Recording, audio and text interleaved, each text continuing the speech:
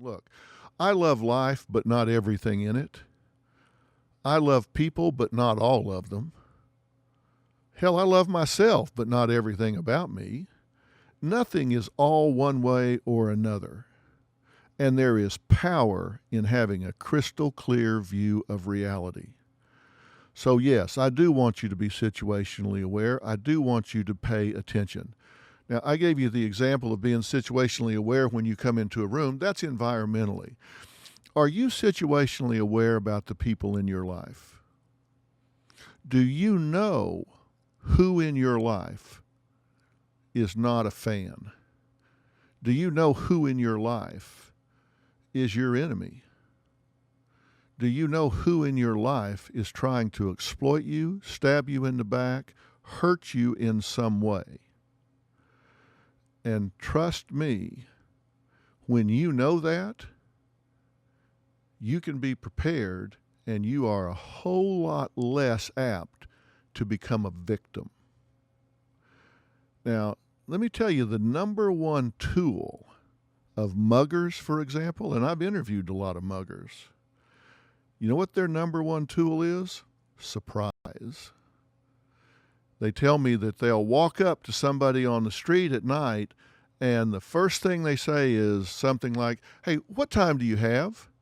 And because we're unsuspecting and because we're polite and because we're courteous, what's the first thing you do when somebody says, "Hey, what time do you have?"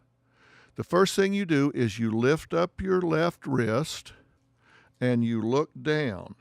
Okay, so now you've taken your eyes off the person in front of you, put your head down, and put your hand in a position that's hard to defend yourself. And in that second, they strike. And the muggers tell me two things. Number one, they've now incapacitated the person because they've gotten them to take their eye off the ball. And they say then they've got about a 5-second window when the person is in denial. They say they're in denial about what's happening. Oh my God, I'm getting mugged here. Somebody just hit me in the head. Somebody just knocked me up beside the head. And it takes them that long to realize, oh my God, I'm being mugged. And in that time, they're able to get the advantage. They rely on our denial, our unwillingness to accept that something bad can and is happening to them. That's what I'm trying to say to you right now, to not let happen to you.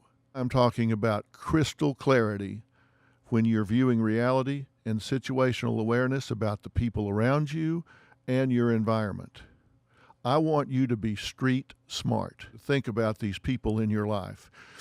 I want to give you a name for them. They're called B.A.T.E.R. B.A.T.E.R. B-A-I-T-E-R. B.A.T.E.R. B stands for backstabber. A stands for abuser.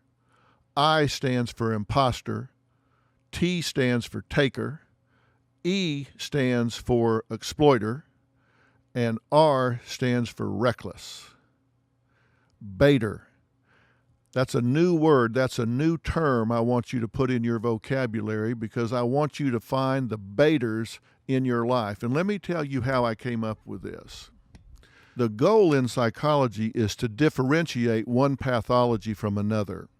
So we want to differentiate depression from anxiety. We want to differentiate an antisocial personality from a borderline personality. We want to differentiate those. You know why? Because insurance companies require us to differentiate them, so we have a code we can write down so we can bill. Because you got to write down a code and then you send it in and they pay you money for that. So we got to put people in pigeonholes. But the truth is those are false boundary lines.